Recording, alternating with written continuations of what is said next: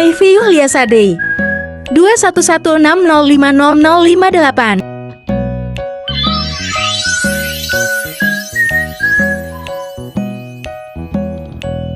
Yang pertama itu adalah penyaluran dana syariah, di antaranya ada transaksi pembiayaan. Transaksi pembiayaan yaitu transaksi yang ditujukan untuk memiliki barang dengan prinsip jual beli atau bai. Di antaranya ada pembiayaan murabahah, salam, dan istisna. Yang kedua, transaksi pembiayaan adalah transaksi yang ditujukan untuk mendapatkan jasa dilakukan dengan prinsip sewa atau ijaroh. Yang ketiga adalah transaksi pembiayaan usaha kerjasama, yaitu ada musyarakah dan mudharabah. Yang keempat adalah akad pelengkap.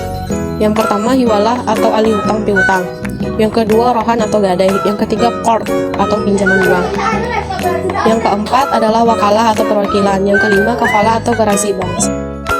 Nirmala Amelia Sitompul 2116050065. Yang pertama yaitu prinsip wadiah.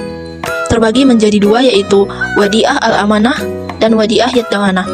Yang pertama wadiah al-amanah, yaitu titipan uang nasabah yang tidak boleh digunakan pihak bank atau produk rekening giro. Yang kedua yaitu wadiah yad-damanah, yaitu titipan uang nasabah yang boleh digunakan oleh pihak bank atau harta tidak dititipkan atau tidak boleh dimanfaatkan oleh pihak bank.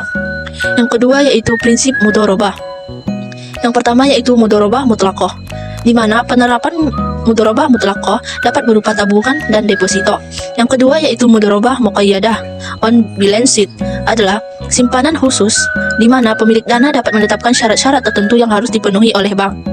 Yang ketiga yaitu mudharabah muqayyadah off balance sheet, merupakan penyaluran dana mudharabah langsung kepada pelaksana usahanya, di mana bank bertindak sebagai perantara yang mempertemukan antara pemikiran nasabah dan pelaksana usaha. Yang ketiga yaitu jasa perbankan. Yang pertama, sarf atau jual beli valuta asing. Pada prinsipnya, jual beli valuta asing sejalan dengan prinsip sarf jual beli mata uang yang tidak sejenis. Penyerahannya harus dilakukan pada waktu yang sama. Yang kedua yaitu ijaroh atau sewa. Kegiatan ijaroh antara lain penyewaan kotak simpanan atau safe deposit box dan jasa tata laksana administrasi dokumen, sehingga bank mendapatkan imbalan dari jasa tersebut. Pemeriksaan bank syariah. Menurut Sofyan Harahap 2000, pemeriksaan syariah adalah pemeriksaan atas kesesuaian atau kepatuhan suatu lembaga keuangan dalam seluruh aktivitas dengan syariah Islam. Pemeriksaan termasuk kontrak penjanjian produk, transaksi memorandum, dan akta perjanjian asosiasi laporan keuangan lainnya, khususnya laporan internal auditor dan bank sentral, surat internal, dan lain-lain. Sedangkan menurut Sutrisno Agus tahun 2010, pemeriksaan syariah dilaksanakan sesuai dengan tahapan sebagai berikut. Yang pertama, proses atau tahapan perencanaan pemeriksaan. Yang kedua yaitu melaksanakan prosedur. Prinsip, prosedur, dan persyaratan pemeriksaan bank.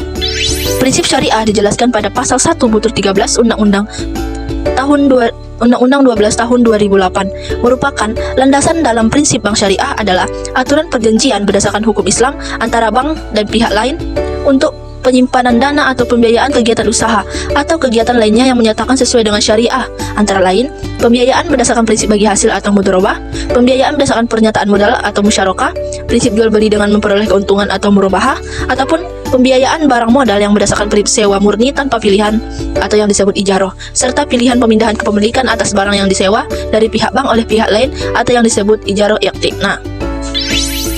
Langkah-langkah dalam pengawasan terhadap produk dan aktivitas baru BPRS oleh DPRS sebagai berikut. Yang pertama yaitu meminta penjelasan dari pejabat BPRS yang berwenang mengenai tujuan, karakteristik, dan fatwa serta akad yang digunakan. B. Memeriksa fatwa atau akad digunakan dalam produk dan aktivitas baru.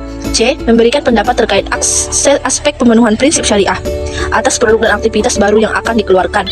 2. Langkah-langkah pengawasannya yaitu melakukan pemeriksaan di kantor BPRS paling kurang dalam 1 kali sebulan, meminta laporan kepada direksi BPRS, memeriksa bukti dokumen kepada direksi BPRS, melakukan pembahasan dengan BPRS, menyusun laporan, menjelaskan secara mendalam, serta laporan hasil pengawasan.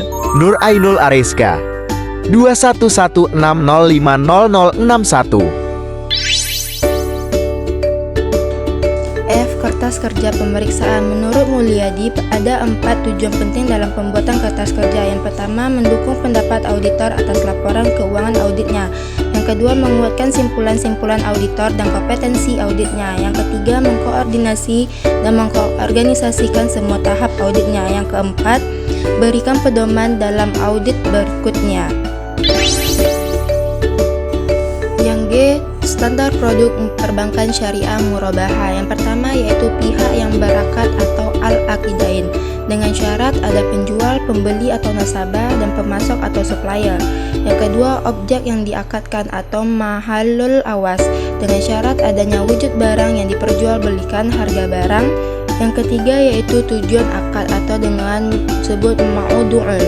Yang keempat ada akad atau sihat awas.